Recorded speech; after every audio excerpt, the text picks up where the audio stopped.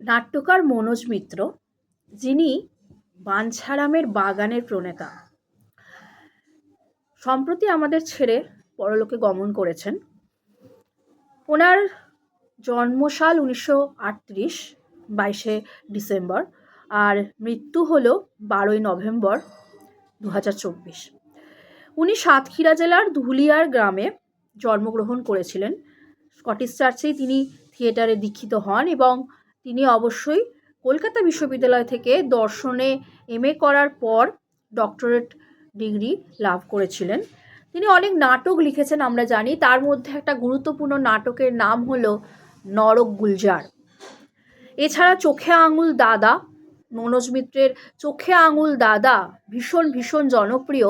সেই জনপ্রিয় নাটক, যে নাটকে বিধাতা আছে, চিত্রগুপ্ত আছে এবং সেখানে যে দানব চরিত্রটা আছে, একটা মানে দেখিয়ে দিয়ে যাচ্ছে যে কতটা সমাজকে এখানে উনি তুলে ধরছেন। চোখে আঙুল দাদা থেকে আমরা সেটা বুঝতে পারি। এবং মানুষের যে ভাগ্য বিধাতার হাতে নিয়ন্ত্রিত, সেটা কিভাবে ভাগ্য যদি নিয়ন্ত্রিতই হয়ে থাকে, সেই দানবের ভাগ্যটাই বা কেন নিয়ন্ত্রিত, সেই কেন দানব হলো, কেন তার চোখে আঙুল দাদা, সেই চোখে আঙুল দিয়ে দেখিয়ে দেওয়ার মতো সেই চোখে আঙুল দাদাকে আমাদের মনে পড়ে যায়, তাকে মনে পড়ে যায়, দানব তাকে লাথি মেরে বেরিয়ে যাচ্ছে, চোখে আঙুল দাদা।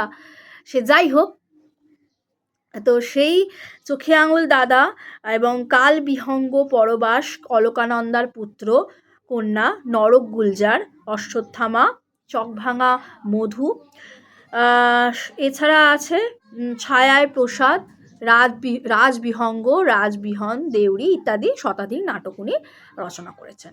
সঙ্গীত নাটক একাডেমি থেকে তিনি পুরস্কার পেয়েছেন, কলকাতা বিশ্ববিদ্যালয়ে পুরস্কার লাভ করেছেন, পশ্চিমবঙ্গ রাজ্য সরকারের পুরস্কারে ভূষিত হয়েছেন, এছাড়া এশিয়াটিক সোসাইটির স্বর্ণপদক লাভ করেছেন।